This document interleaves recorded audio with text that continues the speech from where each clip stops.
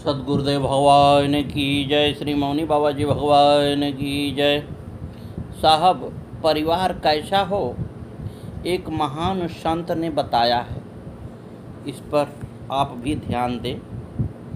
एक बार याज्ञवल्क्य मुनि ने अपनी पत्नी मैत्रेयी से कहा, हे देवी, मैं वन में तप करने जा रहा हूँ, कुछ समय बाद वापस आ जाऊँगा। यह सुनकर मैत्रेयी बोली, प्रभु, जब आप वन को चले जाएंगे तो पीछे हमारा क्या होगा? मुनि ने कहा, देवी, परिवार से प्रेम तो करो, किंतु अति मोह कभी न करो, साथ तो छूटना ही है। परिवार का अर्थ को जानो। पत्नी जब अपनी अंतरात्मा में प्रवेश करके इंद्रियों को सजातीय बना लेती है तो वह पत्नीत्व को प्राप्त हो जाती है।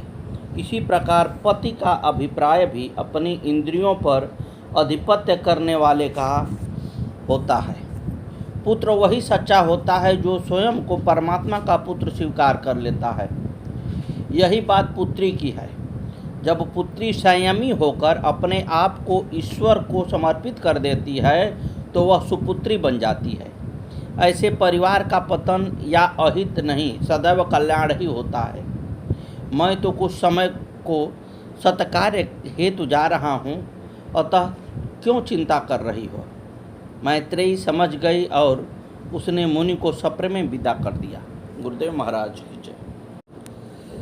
श्री क्षेम गोसाई जी के बारे में समझें। श्री गुरु रामदास जी के प्रताप से, कृपा प्रसाद से श्री क्षेम गुरु जी सचमुच प्राणियों का क्षेम अर्थात कल्याण करने वाले हुए। आप श्री राघवेंद्र सरकार के अनन्य भक्त थे। यह बात सारे संसार में विख्यात थी। सब लोग जानते थे आपके सर्वस्व श्री सीताराम जी हैं। अपने इष्ट को छोड़कर आप कुछ भी हृदय में नहीं लाते थे। आपको अपने आराध्य देव श्री राम जी के आयुध बड़े प्यारे लगते थे। अतः श्री राम जी की ही तरह श्री राम जी के आयुध धनुष बाण से भी अत्यंत प्रीति करते थे। आप भावना में निरंतर अपने प्रभु श्री सीताराम जी के सन्निकट बने रहते थे, कभी भी एक क्षण के लिए भी अलग नहीं होते थे। आप श्री हनुमान जी के समान सूरवीर, अनन्य उपासक एवं परम प्रेम से परिपूर्ण थे। श्री क्षेमदास जी श्री गुरु रामदास जी के शिष्य थे। आपकी प्रभु श्री सीताराम में अनन्य भक्ति थी। एक बार आपको श्री राम दर्शन की प्रबल लालसा लगी। आप प्रभु वियोग में रात दिन आंसू बहाते रहते, यहाँ तक कि अन्न जल भी छूट गया। यह देखकर श्री हनुमान जी को इन पर बड़ी दया आई। उन्होंने प्रभु श्री रामचंद्र जी से इन्हें दर्शन देने की प्रार्थना की। श्री हनुमान जी की प्रार्थना और आपके प्रेम से द्रवीभूत श्री राघवेंद्र सरकार ने प्रकट होकर आपको दर्शन दिए और वरदान मांगने को कहा। आपने प्रभु से अब उनकी अनन्य भक्ति मांगी और सेवा करने के लिए उनके आयुधद्वय धनुष बाण मांगे। भगवान श्री राम वरदान स्वरूप इन्हें अपने धनुष बाण देकर अंतर्धान हो गए। उसी दिन से आप प्रभु के धनुष बाण की आरती पूजा करते और उनका दर्शन करके अपने आराध्य के दर्शन का सुख पाते थे। एक बार चोर उन धनुष बाणों को चुरा ले गए। अब तो आपने उनके विरह में अन्न जल ही परित्याग कर दिया। लोगों ने बहुत समझाए कि वैसे ही दूसरे धनुष बाण बनवा दिए जाएंगे, आप भोजन कीजिए, परंतु आप तो उन आयुधों को साक्षात अपने इष्ट देव प्रभु श्री राम जी का ही प्रतीक समझते थे, तो भला दूसरे धनुष बाण से उनकी क्या क्षमता?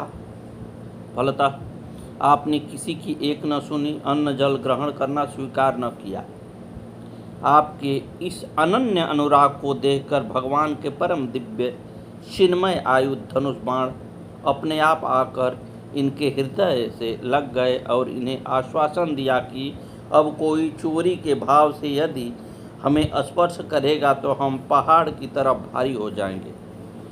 तब उन्होंने प्रसन्नतापूर्वक उनकी पूजा कर अन्न जल ग्रहण किया। साहब देखिए क्या संतों की महिमा है, कितने सन्निकट रहते हैं प्रभु के। एक बार आपके एक शिष्य ने उन धनुष बाणों को चुराना चाहा, परंतु लाख कोशिश करने पर भी वह नहीं उठ सका। तब वह अपनी करनी पर बहुत लज्जित हुआ और प्रातःकाल आपके चरणों में प्रणाम कर अपने हृदय की दुर्भावना और धनुष का चमत्कार सब इनसे निवेदन किया और क्षमा मांगी। आपने कहा कि तुम चोरी की नियत से उन्हें उठाना चाहते थे, इसलिए वे नहीं उठे। अब जाकर सद्भावनापूर्वक उठाओ तो वे फूल की भांति उठ जाएंगे। आपके कहने पर शिष्य ने सद्भावनापूर्वक धनुष का स्पर्श किया और सचमुच वह फूल की भांति उठ गया। श्री क्षेम गोसाई जी महाराज की श्री सीताराम जी में अनन्य निष्ठा थी। किसी अन्य देवी देवता की सेवा पूजा क्या, उससे कोई सहायता लेना भी इन्हें स्वीकार नहीं था। आप प्रायः कहा करते, बनाए तो रघुवर तय बने कै बिगड़े भरपूर, तुलसी बने जो और ते ता बनबे में धूर। एक बार श्री हनुमान जी ने इनकी अनन्यता की परीक्षा लेने के लिए एक अवधूत का वेश धारण किया और भैरव की एक सुवर्ण प्रतिमा लेकर इनके पास आए और बोले, महाराज जी आप इस प्रतिमा को रख लीजिए। जब आपकी धन की आवश्यकता हो तो इसके हाथ पैर काट लीजिएगा और उन्हें विक्रय करके धन की प्राप्ति कर लीजिएगा। इसके हाथ पैर पुनः अपने आप उत्पन्न हो जाएंगे। यह कहकर उन अवधूत भेषधारी श्री हनुमान जी ने उस प्रतिमा का आपको चमत्कार भी दिखाया। सोने का वह ढेर लगा गया। अवधूत ने कहा, आप इसे रख लीजिए। इस पर आपने मना करते हुए कहा कि मुझे सोना या धन की आवश्यकता होगी तो मैं अपने राघवेंद्र सरकार से मांग लूँगा। किसी पक्ष या भैरव मूर्ति से मैं सुवर्ण की आशा क्यों करूं? अवधूत ने कहा, रख लीजिए, आपकी कुटी में किसी कोने में पड़ी रहेगी। आपने कहा, जब मुझे इसकी आवश्यकता नहीं है तो मैं ऐसी व्यर्थ की वस्तुओं का संग्रह क्यों करूं? अवधूत ने कहा, इस मूर्ति से प्राप्त धन से आप संत सेवा कर सकते हैं। आखिर संत सेवा के लिए भी तो धन की आवश्यकता होती है। इस प्रकार अवधूत द्वारा बार बार तर्क करने और मूर्ति रखने का आग्रह करने से आप उद्विग्न हो उठे और एक डंडा लेकर यह कहते हुए मारने दौड़े कि तुम कौन कपटी है जो मुझे मेरी निष्ठा से डिगनाना चाहता है। भाग जा यहाँ से, नहीं तो मार कर कचूमर निकाल दूंगा। आपकी इस प्रकार की अन्यता अकिंचनता देखकर श्री हनुमान जी परम प्रसन्न हुए और उन्होंने प्रकट होकर दर्शन दिया तथा इनकी अनन्य भक्ति की सराहना करते हुए वर मांगने को कहा। आपने कहा, मैं जब जब आपका स्मरण करूं आप प्रकट होकर मुझे दर्शन देने की कृपा करें। हनुमान जी एवं अस्तु कहकर अंतर्धान हो गए। एक बार कुछ पाखंडी लोग सन्यासी का वेश धारण करके आपके पास आए और आपसे धन की मांग करने लगे। आपने कहा कि मैं तो अकिंचन साधु हूँ, मेरी कुटी में आपकी आवश्यकता का जो कुछ हो वह आप ले जाइए। परंतु वे लोग हठपूर्वक इनको मारने का उपक्रम करने लगे। यह देख इन्होंने श्री हनुमान जी का स्मरण किया। फिर क्या था, इनमें हनुमान जी का आवेश आ गया और इन्होंने अकेले ही सबको मार भगाया। गुरुदेव महाराज की जय। अब आए सरकार श्री विठल दास जी के बारे में समझें। हरिओम साई। श्री विठल दास जी मथुरा के चतुर्वेदी ब्राह्मणों में सिरमौर हुए। आप स्वयं सर्वथा अभिमान शून्य रहते हुए दूसरों का सम्मान देते थे। वैष्णवता के प्रतीक ऊर्ध्व पुंड तिलक, श्री तुलसीदास जी की कंठीमाला, श्री तुलसी की कंठीमाला आदि से आप अत्यंत प्रेम करते थे तथा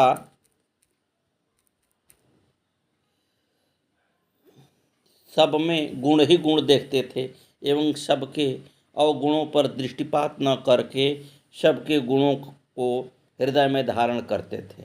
आपने जीवन भर भक्तों की ही महिमा का जिह्वा से गान किया। आप परम सरल हृदय तथा संतोषी थे एवं सदा सर्वत्र परोपकार में रत रहा करते थे। आपने भगवान के उत्सव में पुत्र दान रूपी अत्यंत महान कर्म किया, जो औरों के लिए असंभव है।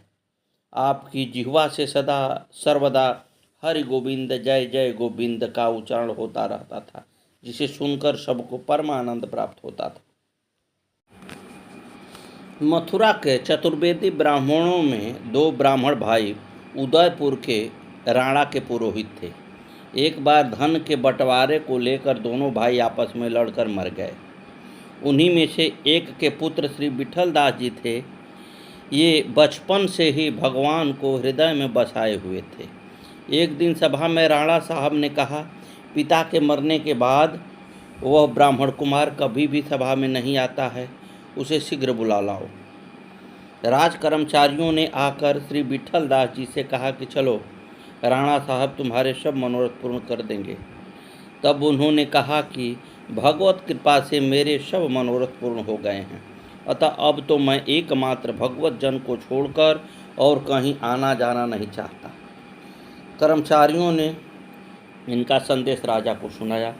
राजा ने इन्हें पुनः यह कहकर बुलवाया और प्रार्थना की कि आज रात्रि में भगवान नाम संकीर्तन पूर्वक जागरण हमारे यहाँ हो रहा है। श्री विठल दास जी साधुओं को साथ लेकर राणा साहब के यहाँ पहुँचे। इनके प्रेम की परीक्षा करने के लिए राणा ने कुछ दुष्टों के बहकावे में आकर जागरण के लिए महल की तीसरी मंजिल की छत पर बिछौना बिछवाया। सभी लोग प्रेम पूर्वक कीर्तन तथा नृत्य करने लगे। नाचते गाते विठल दास जी को प्रेमावेश आया तो वे बेसुध होकर नृत्य करते हुए छत पर से गिरकर नीचे पृथ्वी पर आ पड़े। यह देखकर राणा का मुंह एकदम उदास हो गया। वह दुष्टों को गारी देने लगा कि इनके कहने से ही मैंने ऐसा किया और फलस्वरूप इतना महान अनर्थ हो गया। साधु लोग श्री विठल दास जी को गोद में उठाकर घर ले आए। राणा ने अपने अपराध के प्रायश्चित तथा इनकी वृद्ध माता की जीविका के निमित्त इनकी माता को बहुत सा द्रव्य भेंट में दिया। 3 दिन तक इनका शरीर मूर्छित पड़ा रहा। 3 दिन बाद जब वैष्णव ने आपको जगाया तो शरीर की शुद्धि हुई। आप उठकर बैठ गए। भगवत कृपा से किसी अंग में चोट नहीं आई थी। मूर्छा तो प्रेमजन्य थी। मूर्छा दूर होने पर जब श्री विठल दास जी उठे तो माता ने सब हाल कह सुनाया। उसे सुनकर इन्हें असह्य दुख हुआ। ये रात्रि में घर से निकल पड़े। घूमते फिरते छठीकरा गांव में आकर श्री गरुड़ गोविंद भगवान की सेवा पूजा करने लगे और फिर वहीं रहने लगे।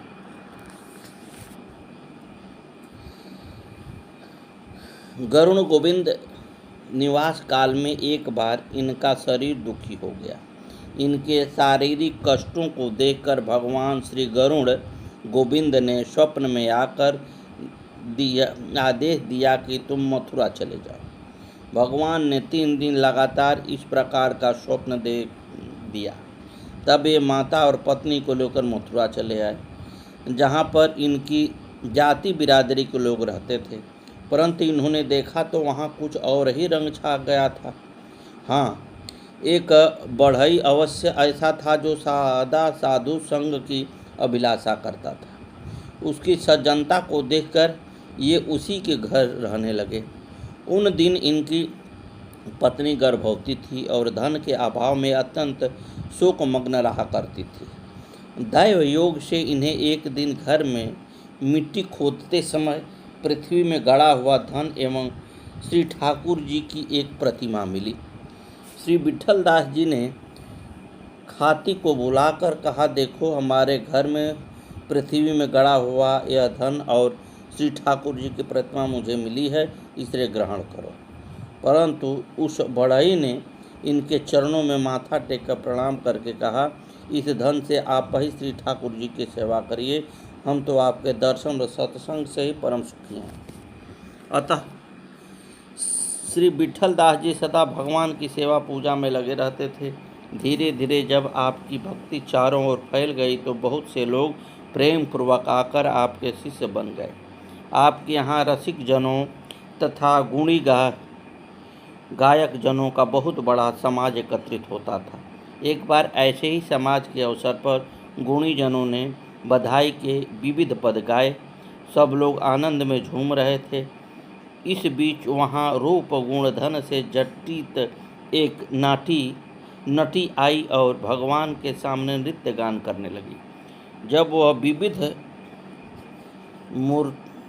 मूर्छनाओं के साथ कटीली तान से सबके हृदय में प्रेम की चटपटी सी उत्पन्न करती हुई गाने लगी, तो उसके कौशल पर रीझ कर श्री विठल दास जी ने प्रेम से व्याकुल होकर अपने पुत्र को ही भगवान के ऊपर न्यौछावर करके उस नटी को दे दिया। गुरुदेव महाराज की जय। आगे की कथा कल। जय जय श्री सीताराम।